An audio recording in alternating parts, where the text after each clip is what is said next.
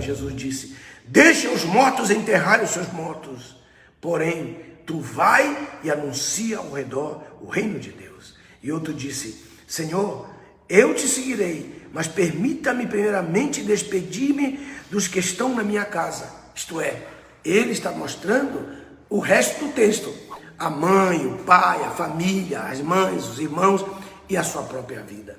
Então esse texto aqui, então, explica esse texto que eu acabei de ler, que vocês viram aqui no texto de Lucas capítulo 14, quando Jesus fala sobre isso.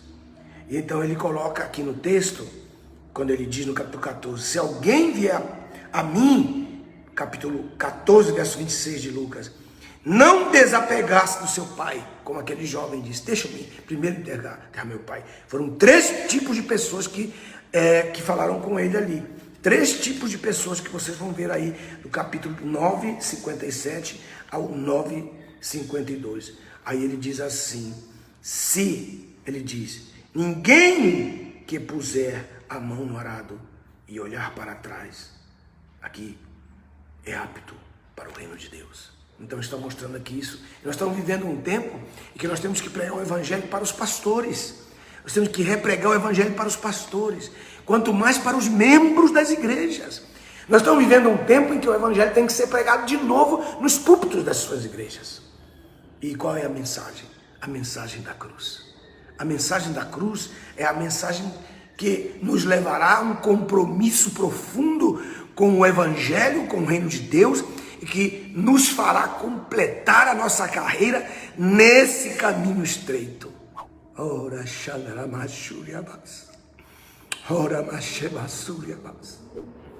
aleluia. Então ele começa no capítulo 14, versículo 25, mostrando para vocês como as traduções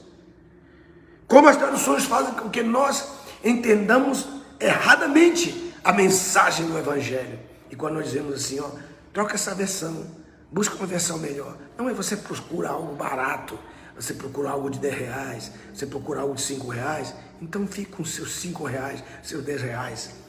Busque algo barato e você terá tudo barato. Até a mensagem do evangelho será barata para você. Esse texto aqui, ele fala que ele diz que se alguém vier após mim, e não desapegar-se de seu pai, de sua mãe, de sua mulher, de seus discípulos e de seus irmãos, ele está dizendo, não amar mais eles do que o Senhor Jesus. Porque se a sua mulher disser, hoje eu não vou no culto, eu não vou para o culto hoje, vá para o culto. Diga para ela, você precisa ir para o culto. Se você não tiver autoridade paternal na sua casa, seus filhos não te obedecerão. Mas sua mulher não te obedecerá. Então algo está mal. Algo está muito mal dentro da sua casa. Então ele está mostrando aqui 3 exemplos do que significa tomar a sua cruz e segui-lo. E ele mostra esses 3 exemplos. Primeiro exemplo, versículo 27. Aquele que não levar a cruz e vier após mim, não pode ser meu discípulo. Aí o versículo 28. O versículo 28, do 28, veja só, do 28 até o 30, ele fala do primeiro. Do 31, veja só, até o 32, ele fala do número 2. E depois ele mostra o 33 para o 1 e mostra o 33 para o 2. E então ele começa o número 3 a partir do versículo 34 e o versículo 35. O versículo 34 fala do ponto número 3. E eu queria falar para vocês desse ponto. Primeiro ponto é o do 14, 28, que diz, pois qual de vós, querendo edificar uma torre, não senta primeiro a calcular os gastos para ver se tem como terminá-la? E não aconteça que, havendo lançado os alicerces e não podendo terminá-la, todos os que a vejam comecem a escarnecer dele, dizendo, este homem não pôde terminar o que começou a edificar. Então ele está falando de quê? Está falando de uma construção. Então ele está falando, Jesus está falando exclusivamente dizendo, o que é levar a cruz? Ponto número 1, é terminar a construção. É terminar aquilo que você está edificando. É terminar aquilo que você lançou os alicerces. é terminar o que você começou a construir na sua casa, na sua empresa, nos seus propósitos. Construir o seu projeto e até o final. Ele não está falando que levar a cruz é sofrer, porque nós, os latinos americanos, aprendemos sempre que os pastores americanos vieram para a América Latina e começaram a ensinar que levar a cruz é sofrer. Os pastores pentecostais ensinam nas Assembleias de Deus, nas igrejas pentecostais, nas igrejas neopentecostais, que levar a cruz é sofrer. Então o que eles estão ensinando? Eles estão ensinando uma competição com Cristo. Eles estão ensinando que você vai competir com a cruz de Cristo. Eles estão querendo dizer que Jesus não terminou o seu trabalho, que o seu trabalho na cruz não foi suficiente, e que o trabalho e a morte de Cristo, o sacrifício de Cristo não foi suficiente. Mas a Bíblia diz que foi suficiente, que o trabalho redentor de Jesus Cristo foi suficiente. E então ele está mostrando que não tem como competir com ele. Você não faz jejum para competir com Jesus.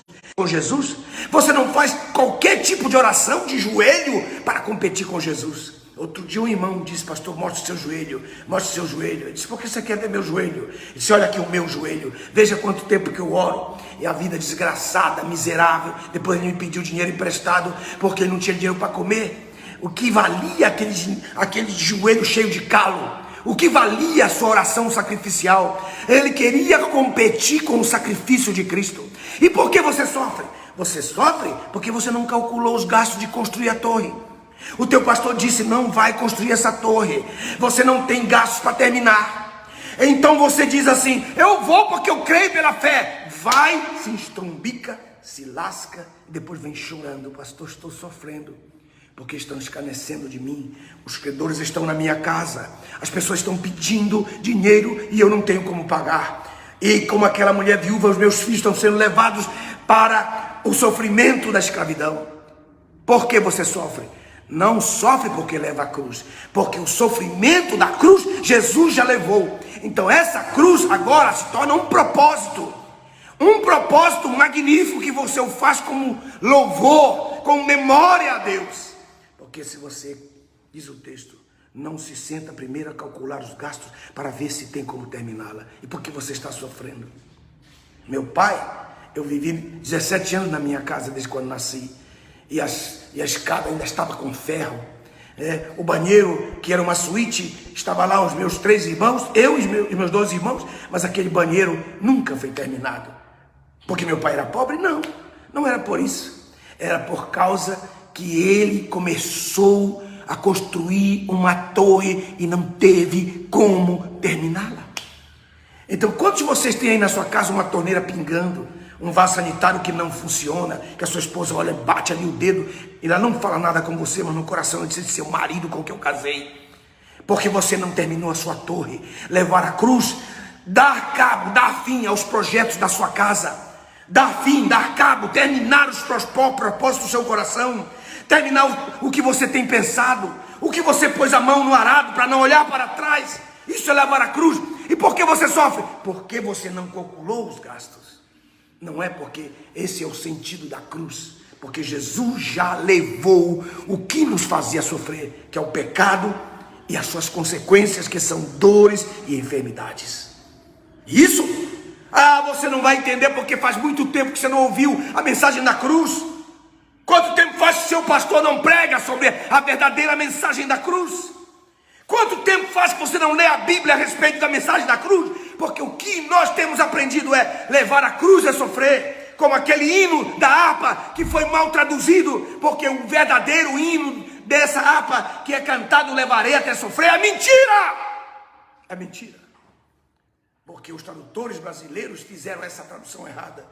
Mas a verdadeira letra deste hino lindo e maravilhoso, em inglês, não tem nenhuma heresia.